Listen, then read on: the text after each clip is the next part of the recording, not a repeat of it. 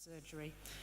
We're going to start off with Dr. Jagdeep Messi, who is a consultant geriatrician at Guy's and St Thomas's Hospital, where she heads up the POPS team, which is the proactive care of surgery in older patients. And she's got a great depth of experience on assessment of frailty, so we're going to hear from her about that. If you have any questions that you think of during the session, please feel free to forward them on the app, or there will be time for a couple of minutes of questions after each presentation. Thank you, Jagdeep. Thank you very much, and thank you for the invitation to speak here. So a geriatrician amongst urologists, it doesn't happen that often. So frailty. Frailty's been news in the geriatric kind of world for many years. For the last 20, 30 years, we've had lots of emphasis on this.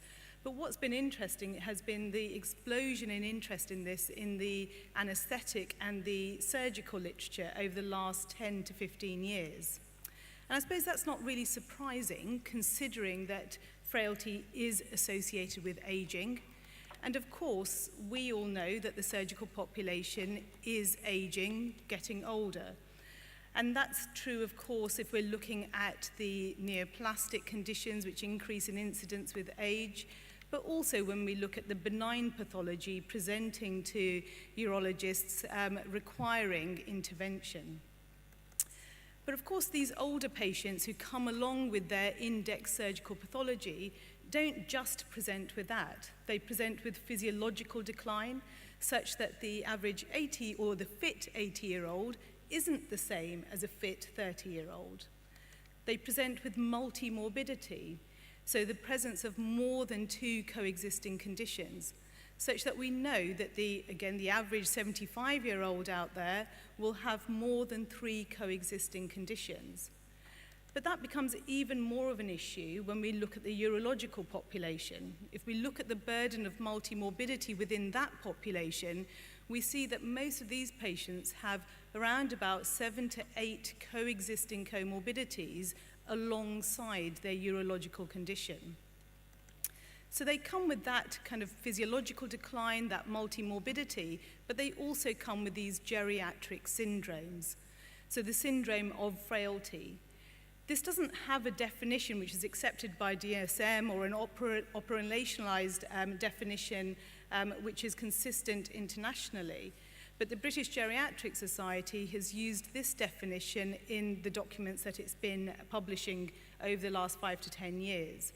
So a distinctive health state which is related to aging, but not only associated with aging, in which multiple body systems lose their inbuilt reserve. And that's shown here within this diagram, where you can see that as the patient's getting older, their reserve is reducing, such that they become vulnerable even to minor external stresses. And again, that's represented here in this graph, such that if it was kind of one of us who are kind of fairly robust, even if we had a minor illness like a UTI or a change in our medications, or we fell over, we would dip down in our functional status a bit, we would quickly recover and get back to baseline. Whereas frail individuals tend to start at a lower level of independence, they dip deeper, they take longer to recover, and often don't recover back to the baseline at which they started.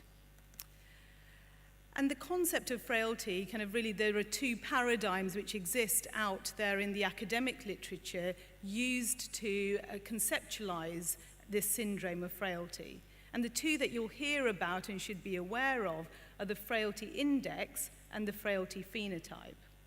Both of these are based on large data sets from North American populations. So the frailty index essentially is a count of the number of deficits which have been accrued across different domains. And those domains may be related to physiology, they may be related to pathology, or to psychosocial domains.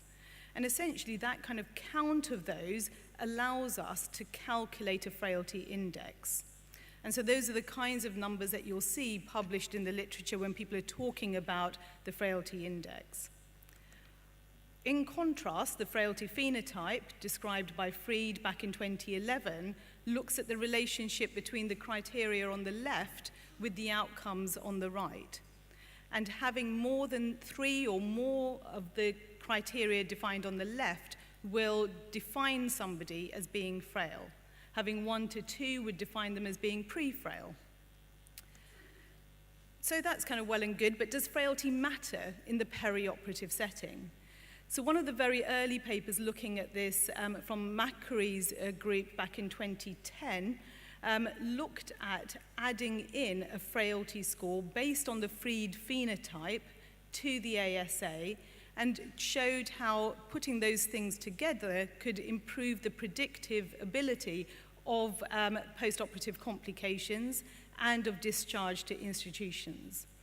And since that paper was published, there have been loads of other studies using different tools in different surgical populations, all of which show worse short-term outcomes in terms of postoperative morbidity, mortality, and process-related outcomes. And then more recently, we've started to see longer-term data coming through. So again, a large data set study from the States showing that frail people do worse at a year after surgery compared to non-frail. And a large cohort of these patients were from urological settings. And then since then, even more studies focusing in on looking at this association between frailty and outcome, and certainly lots of smaller studies coming out in different urological subpopulations. But the other thing which has been really interesting is how we're now also starting to change our focus at looking at the association between frailty and patient-reported outcomes. And this study is showing us how patients who are frail are more likely to require longer periods of rehabilitation and are more likely to be discharged to institutions after their urological procedures. But, you know, that's not really kind of particularly interesting because, of course, we know, kind of any of us intuitively, we'd think, of course, frailty is going to be bad for you. Of course, frailer people aren't going to do as well as people who are not frail. And so it's really nice to see all of that data clearly describing those associations. The question as to what should we do with that information? And what it makes one think is that we ought to be screening for it, case-finding patients, and then managing them to try to improve outcomes for them. So how would we actually go about doing that? So for screening, there are hundreds of different tools, and these are just a few of the ones which exist out there. And they can be grouped according to surrogate measures, scales, biomarkers. There's people who've started to develop one specifically for a specific population, for a specific disease. So lots of tools. And then what we're seeing from the reviews of all of these tools is that it's really difficult to choose between them in terms of their reliability, their validity, their responsiveness to change, and whether they're actually clinically feasible in routine clinical care. And those kinds of sentiments are also being expressed in the perioperative literature, saying, yes, there are lots of them out there, but we can't endorse one above another. And that really leaves the door open then for lots more studies trying to find this perfect frailty screening tool. So again, in cystectomy, new tools appearing, modified frailty indexes, again showing those same relationships. But I think we can get bogged down in trying to find that perfect tool. And where it leaves us clinicians is, well, what should we be doing with this in our routine clinical care? What should we do in the emergency setting? What should we do in the urgent planned setting? And then what do we do in the very elective setting? And this is probably the kind of a pragmatic approach that a lot of units around the country are using. So in primary care, we're starting to see the electronic frailty index being used, which is a data collection tool based on EMIS, which the GPs can automatically now generate from their systems. And certainly across Yorkshire, that's starting to become routine in clinical practice. In elective surgery, different groups around the country are using any one of these four. So gait speed, the clinical frailty scale, which is the pictorial one up on the right-hand corner, the Edmonton Frail Scale, which geriatricians like because it maps to the domains of the frailty syndrome, and then the Modified Frailty Index, which is being used by a lot of researchers within, certainly within surgical populations. What's been interesting has been talking to some of our surgical colleagues and how they've been translating this into their clinical practice. And so one of my surgical colleagues told me about the screening that he does. He goes out to the waiting room, says the patient's name fairly quietly, sees if they hear him. He walks up to them, makes eye contact, shakes their hand, looks to see if there's been a recognition, grip strength by testing the handshake, gets them to stand up, watches their get up and go, then says to them, I'm down there in the second room on the right, and then quickly walks off, assesses their gait speed, and checks their cognition to see if they've actually followed the instructions that he's been using. So, you can translate any of these things into the way that's going to work for people in their clinical setting. In the emergency setting, a lot of the national data tools, such as the National Emergency Laparotomy Audit, are focusing in on using the clinical frailty scale because it's so quick and easy to implement into clinical care. So again, that's fine. We can screen for frailty, but if we think about the World Health Organization's kind of approach to screening, they normally kind of recommend screening if it's going to tick all of these boxes as a useful screening tool. And you could argue that frailty does tick the majority of these tools, but the one we're less certain is whether there's actually a treatment available for the syndrome of frailty. So what about treatment? Well, probably here at the moment, the literature really draws on the relationship between frailty, sarcopenia, and cachexia. And if we look at the interventions which are being used, they focus in on individual interventions. So there's been a considerable amount of work starting to look at exercise interventions. And of course, there's a very sound theoretical basis as to why exercise would work. It would improve cardiorespiratory function, increase muscle mass. We know that an improvement in gait speed improves survival. But we haven't really been able to show whether that modifies the frailty syndrome as such, although of course there's lots of literature emerging in sarcopenia, which we'll be hearing about later. And it does leave us with lots of questions around the exercise literature. What kind of exercise, when, for how long, what outcomes are we looking at? And most critically, do our patients actually want to exercise? So again, small studies starting to emerge out there, but nothing conclusive as of yet. So what about nutrition? I think if we're thinking about nutrition for frailty, then it's really important to recognize kind of the issues brought up in this graph. When we often think about frail people, we think about ladies like the lady on the left there, so wasted and frail. But we know that there's a U-shaped relationship between BMI and frailty. So obesity is associated with frailty. And of course, that again isn't that surprising in that obesity is associated with reduced physical activity. It's associated with a pro-inflammatory response, both of which also contribute to the frailty syndrome. But it is really important to recognize that, because if you're going to use nutritional interventions, they need to be addressing all of those different parameters. And some studies now starting to look at obesity-related interventions, so putting in exercise, but then with appropriate targeted nutritional interventions. But again, we don't really have any clear-cut answers when we're looking at the frailty syndrome as such.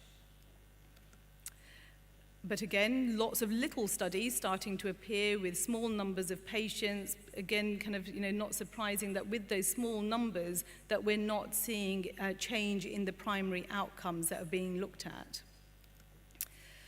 And then sadly, there's no magic pill for frailty either, although people have been trying to identify the impact of steroids, growth hormone, and even ACE inhibitors at the impact on frailty. But I think at that point, it's really important to go back to what frailty actually is. And if we go back to that definition, I think the important thing here is the multiple body systems. So trying to find a single intervention for this syndrome is unlikely to work. What it really suggests is that we're going to need to have a complex intervention, one which is holistic, multi-domain, multidisciplinary. It allows us to assess the patient, but then to formulate an individualized care plan, putting all of those things together. And when geriatricians look at that kind of definition, then what springs to our mind is comprehensive geriatric assessment. Now, this is a little bit of a misnomer because it implies that it's all about assessment, but actually it's about assessment and then the optimization that follows on from that.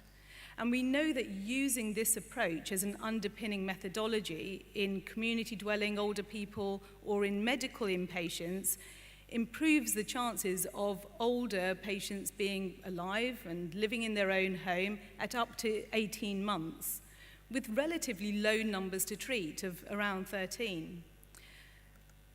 But we know that for that to work, it does have to be targeted at the right population, and that's where the screening comes in.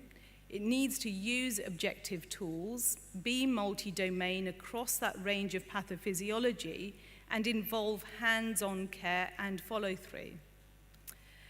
And so that's why we think that using this as an underpinning methodology in the perioperative setting could be very useful. So we could use it to screen patients. We could use it to describe the existing pathology that they present with, but also pick up on all of the issues that haven't yet been diagnosed, which we know is really common in older people for a variety of different reasons. But then we can use evidence-based medicine across general medicine, managing anemia, diabetes, heart failure, Parkinson's disease, to optimize the patient. And I suppose, just put it into the context of a patient. So if we were thinking about it in the emergency setting or the urgent plan setting, a patient who's presenting with acute urinary retention, being planned for a resection, being screened using any one of those tools that picks up that this patient's at risk, or even just talking about it at the ward round and saying this patient can't get out of bed, helps us to work out how to really objectively assess and optimize across the domains. So this was a patient who was on our urology ward a couple of months ago. So couldn't get out of bed, and actually he had idiopathic Parkinson's disease that hadn't been diagnosed, leading on to appropriate assessment, diagnosis, management, and longer-term planning. He had decompensated ischemic cardiac failure, which again led on to the appropriate use of medical interventions. But then alongside that, using the multidisciplinary interventions, the occupational therapist to address fatigue management, the physiotherapist to support around exercise, as well as the nutritional issues, which are then highlighted because this patient's not able to access food, not getting out to the shops, getting meals in, and appropriate food.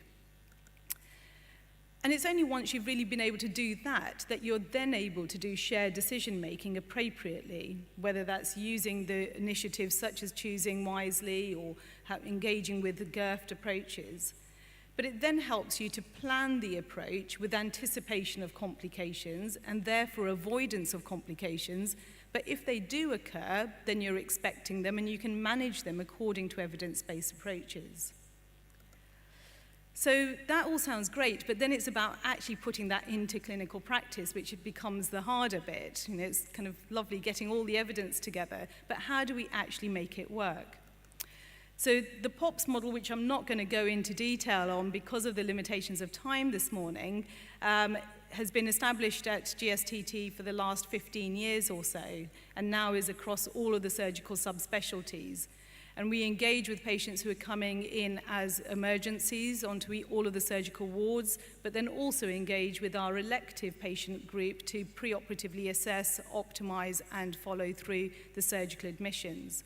And on the wards, we're the point of contact for the medical complications, the rehabilitation, and the discharge planning.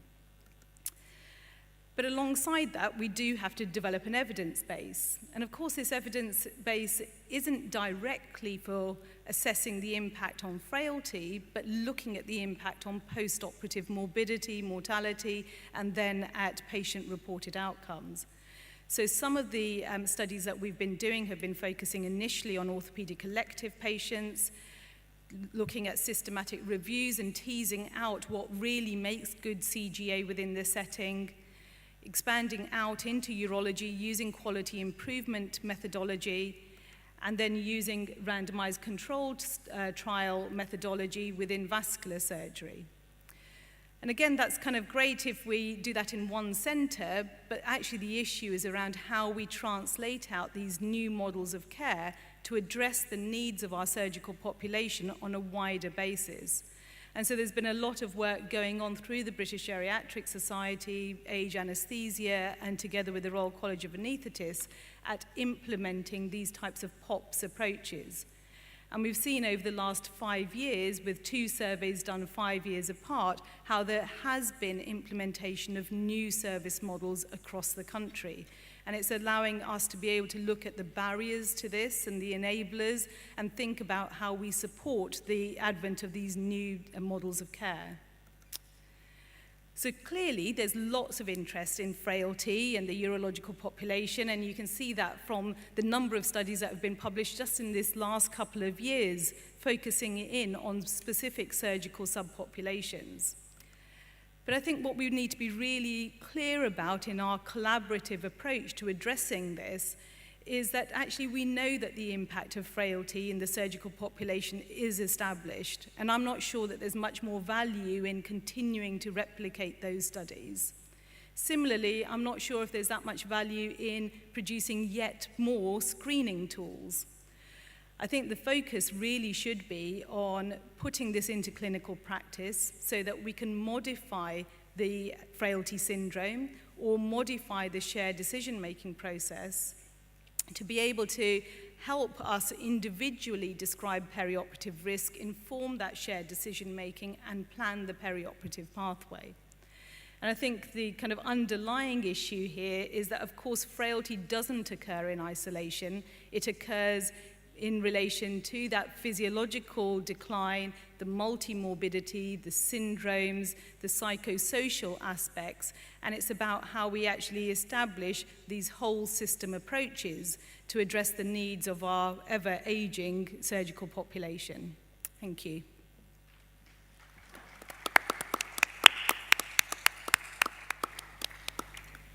Thank you. Do you have any questions from the floor?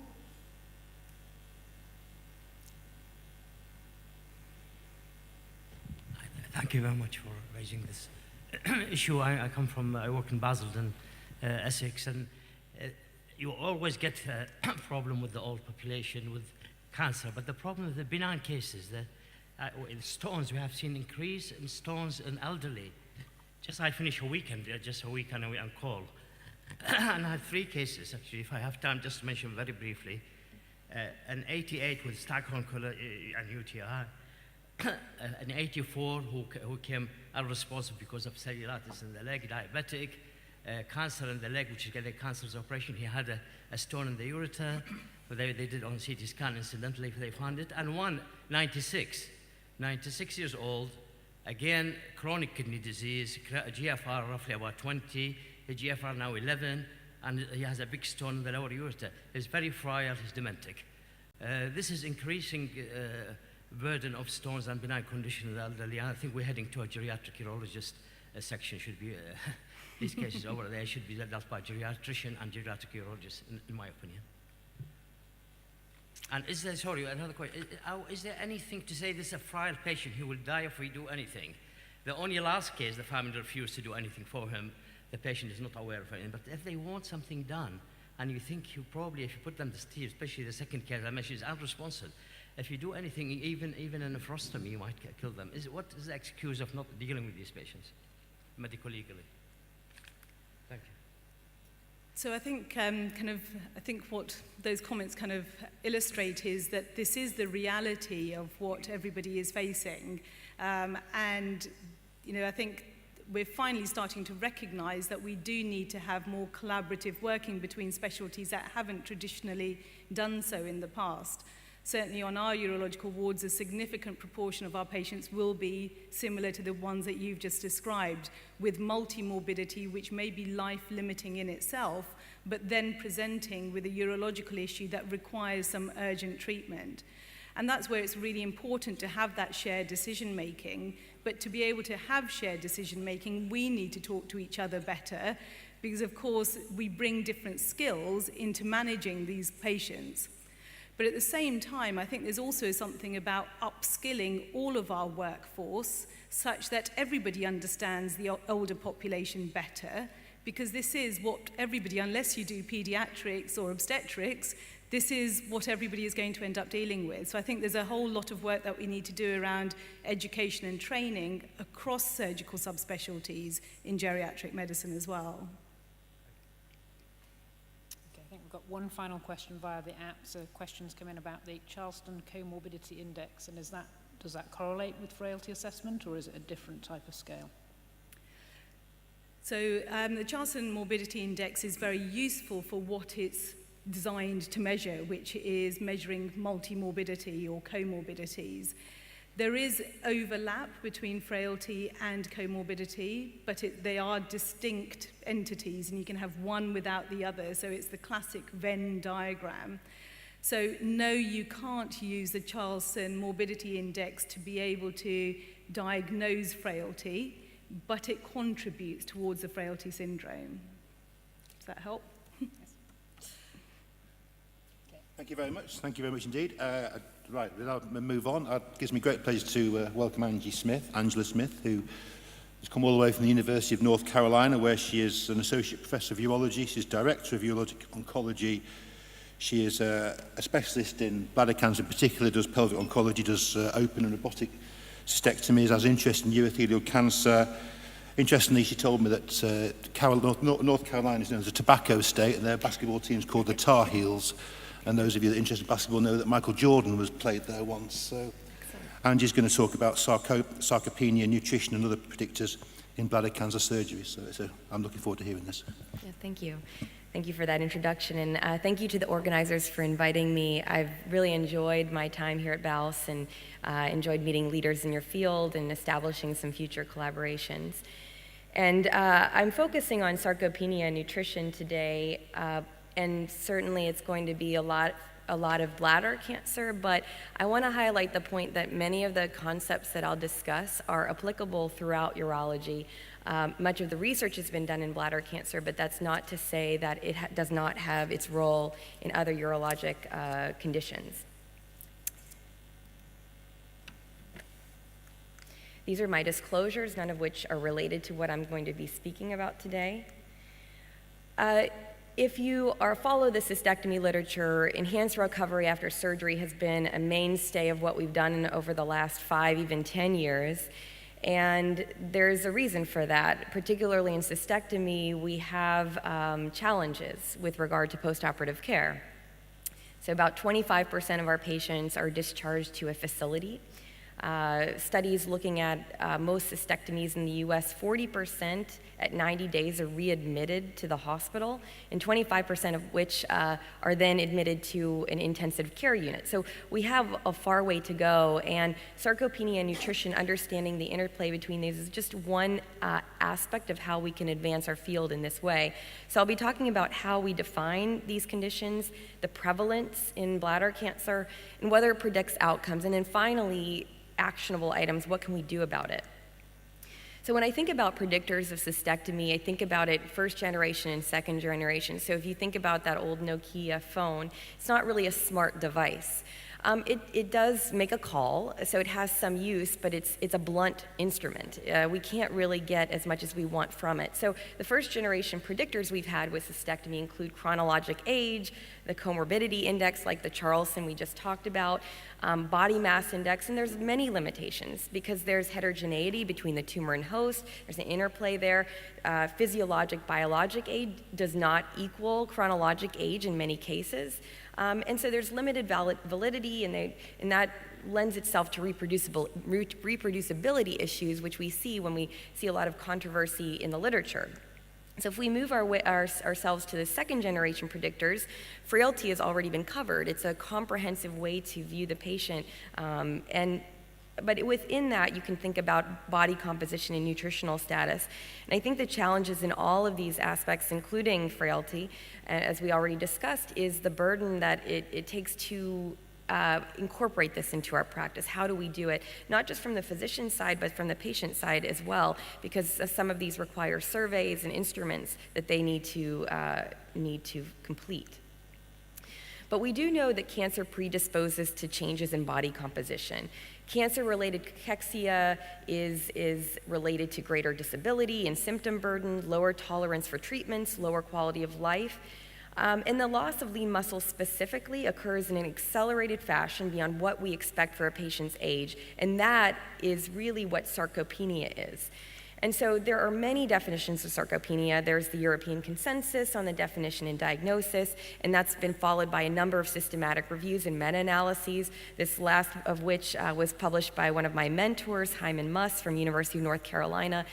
His mentee and a colleague of mine, Grant Williams, has now gone on to do great things in the field of sarcopenia in medical oncology. He works at the University of Alabama, but really, the basis of all of this is to say that sarcopenia in general is defined as a severe deficiency of lean muscle mass associated with declines in both strength and physical performance. So it's not just the lean muscle mass, but it's also what it's doing to the patient's function. And we also know that sarcopenia is accelerated among cancer patients, and it's associated with a worse perioperative outcomes and worse oncologic outcomes as well. There's been an evolution of the definition from that of the low muscle mass, low muscle strength, and low performance to also thinking more about the etiology and whether this is multifactorial, and specifically stating that it's not exactly cachexia, which also requires the definition of an ongoing weight loss. Sarcopenic patients don't often have that weight loss that we generally see. So how do we evaluate sarcopenia? Well, the gold standard in the past has been considered DEXA, so dual energy X-ray absorptiometry scan. And one of the reasons for that is that you can take a look at the arms and legs for which there's more muscle mass there. And the way that this is done is low-dose radiation is delivered, and then it's received by a photon receptor that basically measures the absorption of energy in the body to distinguish soft tissue, fat, muscle, and then, of course, bone mineral density. There are issues with this because actually each DEXA scan is a little different, so it's difficult to create definitions. And there are things like hydration that impact it as well. So another alternative way to measure sarcopenia is through cross-sectional area on CT. And traditionally that was done with total psoas volume, but it's now moved to the skeletal muscle index. And the L3 region is important because it's basically measuring the total lumbar area at L3 divided by the height squared. So it's generally centimeters squared divided by meters squared in terms of the units. And there are certain thresholds by which sarcopenia is defined, and they're generally gender-based. So for men, it's basically less than 55, and for women, it's less than 39, generally speaking.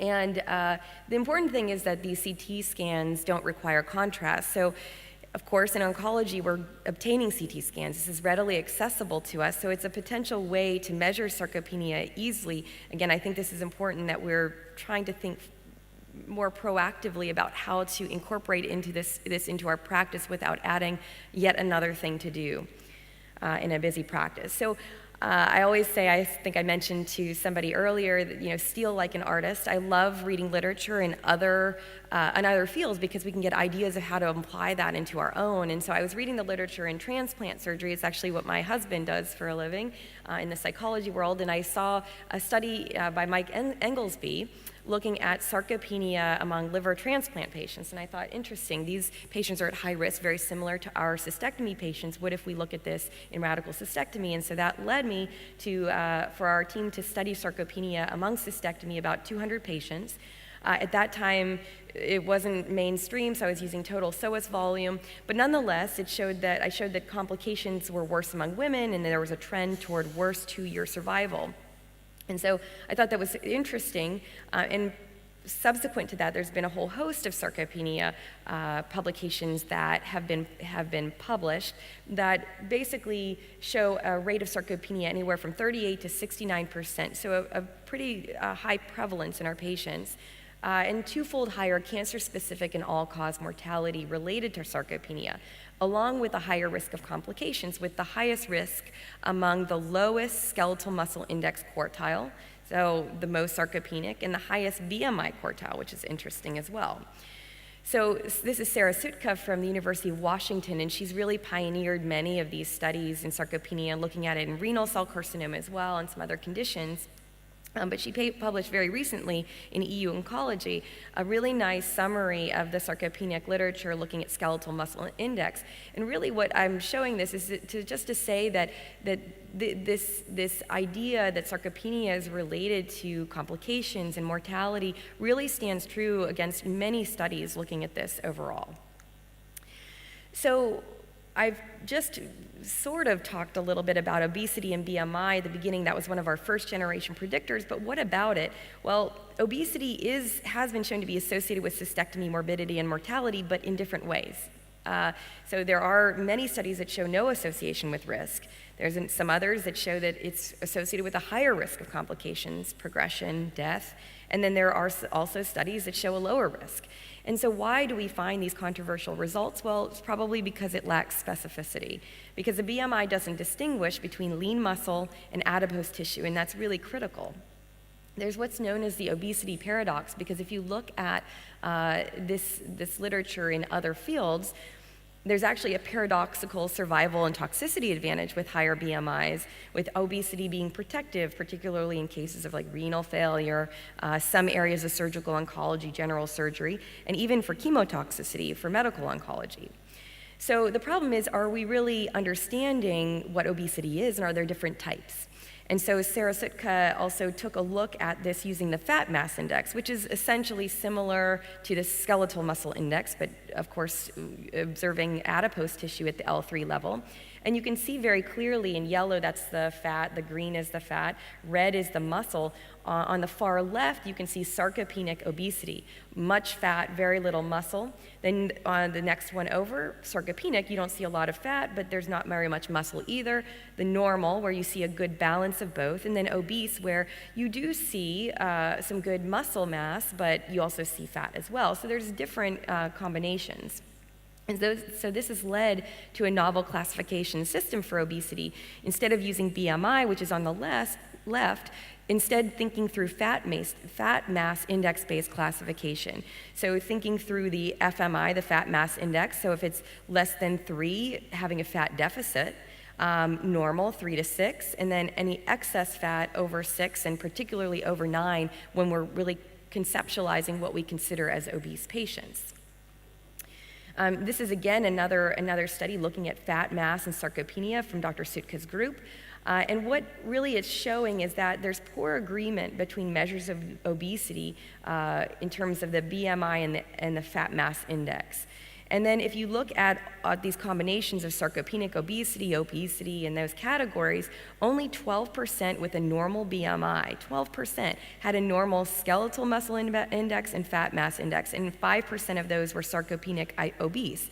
You can also look at that far right, and you can see that, yes, there's a good proportion of patients who are obese, but there's also a nice percent that's also sarcopenic obese. So I think we just need more thorough, more specific tools to assist us with this. So why should we care about this? Well, the reason is because it's modifiable. There are programs that we know that can recover muscle loss, and those programs can decrease length of stay and cost after surgery. We already have established there's a high prevalence of sarcopenia among cystectomy patients. And then we have these easily readily available CT scans that can often offer some benefit for early identification so that we can act upon it. So what can we do? Well, PREHAB is a term that basically involves improving fitness prior to an intervention such as surgery through strengthening and cardiovascular exercises. It was first popularized in the orthopedic literature and shown to improve outcomes, and now we see this entering the cystectomy to the urologic world. So Jeff Montgomery's group at University of Michigan, they haven't published their full paper yet, but it was presented at the Society of Urologic Oncology in 2017. This was a prospective trial with prehabilitation for cystectomy. These patients were given muscle exercises to try to improve their outcomes following. It's 53 patients, and the idea was this was a feasibility study to lead to a larger trial. And it showed improvements in all quality of life outcome domains. And it was feasible. Over 75% of patients were able to do it, and all improved their baseline exercise outcomes. The unfortunate thing is that with feasibility studies, usually aren't randomized, so it was difficult to compare whether this actually improved outcomes, but we do know it's feasible, and from gleaning from other literature with using strength increasing exercises, that this can be helpful in potentially in cystectomy as well. What else is there? Well, there was basically a task force that convened in Boston in 2015 that looked at sarcopenia, but particularly sarcopenic interventions. Their consensus was that we have to have a better idea of the definition and be a little bit more comprehensive and consistent with how we measure it. But nonetheless, they went through some of these interventions, and one I want to highlight is the use of selective androgen receptor modulators, which is essentially a class of androgen receptor ligands that are tissue selective. So a couple that they mentioned, LGD4033, has preferential selectivity for muscle versus prostate. And in a study that looked at, this was in younger, healthier patients, it did increase lean body mass. And then their MK773 was a phase 2 study that also showed an increase in lean body muscle. But they didn't show an improvement in strength and function, and neither did they for the LGD study as well. So what was concluded is that we need longer-term studies to know whether this actually helps. And then in my mind is, nothing is done in isolation. What if we do exercise strengthening? What if we combine prehab with this? Would this help in reversing the effects of sarcopenia? And then subsequent to that, we need to figure out whether it actually improves outcomes. So we have a ways to go in terms of how we manage this. But wait, there's more, because sarcopenia just alone is not enough. We have to think about nutrition and the interplay between nutrition and sarcopenia. So just as there were, version 1.0 definitions for the other, this is the same for nutrition.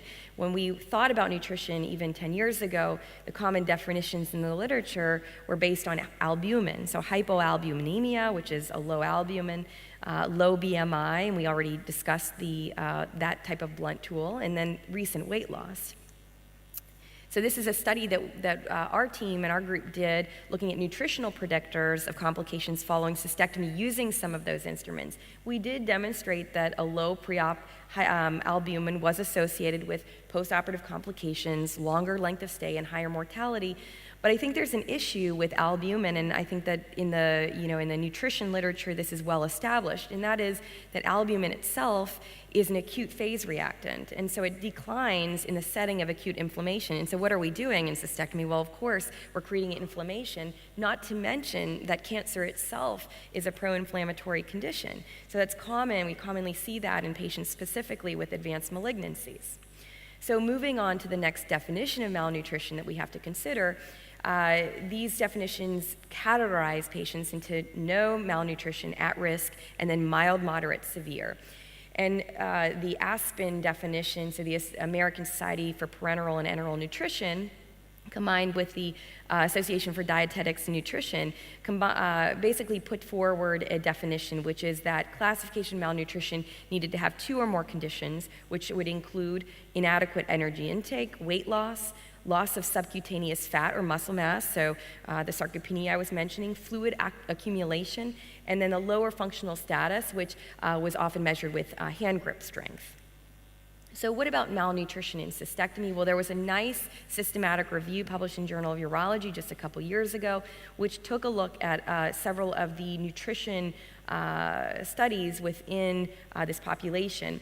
Now, if you look at all comers, not just cystectomy patients, hospitalized patients, about 15 to 60% are malnourished, up to 70% in those with cancer. So if you look at this systematic review, about 17 to 55% of our cystectomy patients are also malnourished, and several of these used more than just albumin and some screening tools. We do know from this systematic review that malnourishment does impact cystectomy outcomes, and that includes increased length of stay, increased hospital readmissions, an increase in postoperative complications, particularly those grade 3 and grade 4, so serious complications. These patients have higher mortality and higher costs. In fact, the Agency for Healthcare Research and Quality from the US, which is a large governing body, looked across all conditions, and they estimate $4.2 billion is lost to malnutrition, particularly in the treatment of that. So it's a very costly condition and something that we could potentially mediate. And in the cancer world, there's a big interplay between malnutrition, cachexia, and sarcopenia. So if you think about anorexia, that's associated with poor food intake because the CNS is altered. That may interfere with signals, with symptoms, physical limitations on the food intake and use. For example, some conditions that they have issues with eating, and I would actually say cystectomy is one of them. How many of you have done cystectomy and a patient complains of poor taste or a metallic taste in their mouth, which influences their appetite? And then that moves into cachexia with weight loss, anorexia, and there are catabolic drivers that further reduce the nutrient intake. And then that moves into sarcopenia, in which you then lose lean body mass. And so there are multiple pathophysiologic mechanisms in cancer. We know that systemic inflammation is associated with innate immune response, and the tumor releases inflammatory factors, TNF-alpha, IL-6, that impact brain, muscle, and fat function that influence how the patient's outcomes. So again, moving to what can we do about this, there was a study that in basically a white paper that talked about how we do this in a multidisciplinary fashion. Just with frailty, this is the case here as well. We can't do this alone. We're not nutritionists. And so it's important to, number one, create an institutional culture that values nutrition. That's new for many, many places, including myself just 5 years ago. We need to redefine clinician roles to include nutritional care. We need to recognize and diagnose all malnourished patients. And we need to implement comprehensive nutrition interventions and monitoring. So there are processes to doing this, going from screening all the way to diagnosis. So screening is usually done by nursing, and ideally it's done within 24 hours of either admission or, for us, perhaps during a pre-op. And then any patient at risk is then referred for an assessment, usually by a nutritionist. And again, using the Aspen criteria. And then from there, diagnosing and treating, usually with the assistance of the nutritionist, but also, also in conjunction with the urologist as well. So how do we do this with screening tools? There's the NRS 2002, which is a good screening tool. It codifies weight change, food intake, BMI, and also includes a more robust assessment of disease severity. It's been validated, and among cystectomy patients, 21 to 55% have been shown to be at risk for malnutrition, with a trend toward higher complications and certainly complications of greater severity. This is what the NRS 2002 looks like. It's not terribly difficult to perform, but it does take time. The other is the MUST, which is a simpler tool. It more generally focuses on weight change and loss of appetite, but because it's simpler, it does have lower sensitivity. But it's easy to follow. So there's a step 1, step 2, step 3, which is looking at BMI, weight loss, and the acuity of the problem. And then you basically add the scores into 3 categories, whether they're low, medium, or high risk in terms of what you do in terms of treatment. But how do we fix it once we know that this is a problem? Well, there are multiple targets for intervention, and again, it's a multidisciplinary approach. Yes, we've talked about physical therapy, and many of our patients, if not all of them, at least meet with a physical therapist once. Many of them continue home health care at home, post-operatively. They all see a nutritionist. And then there's a condition of inflammation. What do we do? And so I want to talk a little bit about anti-inflammatories and how that might relate to nutrition. So there's this concept of immunonutrition, which we know that protein requirements do increase during the times of stress, particularly during surgery, because they need to have wound healing occur. But there's oral supplementation, which includes arginine, glutamine, omega-3 fatty acids, and ribonucleic acid. Impact advanced recovery is one of the types. There's other types as well. But it's basically a supplement similar to BOOST, but different, that can be given 3 times a day for 5 days before or after surgery, depending on what your practice constitutes. We use this in ours. And it's been shown to decrease immunosuppression, increase lymphocyte count, and enhance systemic cytokines. And there's been a couple studies in the urologic literature that show that it may actually play a role in improving outcomes. So the first is a prospective case control study. These patients got it 7 days pre-op, and they found that these patients had fewer postoperative complications, and they also had fewer infections and less ileus. So certainly some evidence this might be useful. And then more recently, Jill Hamilton-Reeves, who's really a leader in the field, she's a nutritionist but works closely with urologists. We see her often at the bladder cancer meetings. She conducted a prospective randomized study. It was small, but these patients were randomized to either general nutrition with an oral nutritional supplement or specialized immunonutrition. And she measured Th1, Th2 balance, IL-6, and also body composition using DEXA. And what she found was that there was a 39% reduction in infections at 31 to 90 days, and also a shift toward a Th1 response. And you can see on the left graph, the IL-6 was actually lower among those receiving the immunonutrition.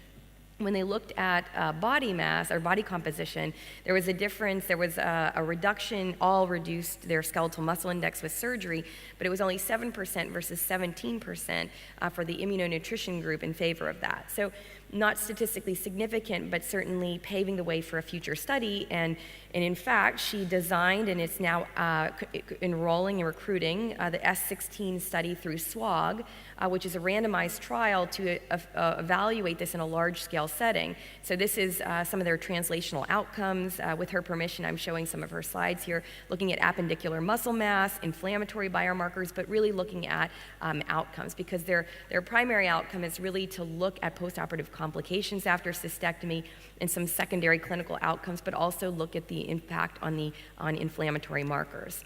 And so this is their general schema of which patients are randomized, it's blinded, and then these patients are given it 5 days before, 5 days after, along with specimen submission and outcomes up to 90 days. All right, so I only have a couple more minutes and I want to have time for questions. So just one more thing, and this has already been covered, but I want to bring this full circle and highlight it one more time, the comprehensive geriatric assessment. Because what I've talked about is just 2 parts of a greater whole. I have the picture of Artie Huria, and the reason I have her here is because, one, she was a pioneer in the comprehensive geriatric assessment in using that and implementing that in the field of oncology.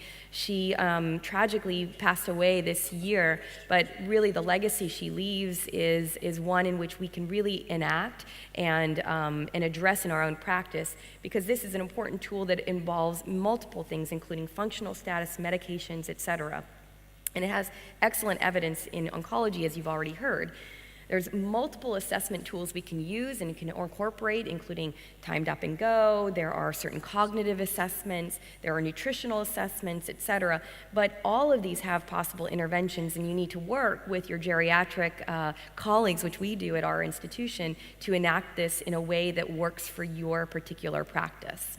So finally, I just want to highlight a new AUA white paper that I think would be relevant to what we're talking about right now. It's optimizing outcomes in urologic surgery. John Stoffel was in charge of the preoperative care.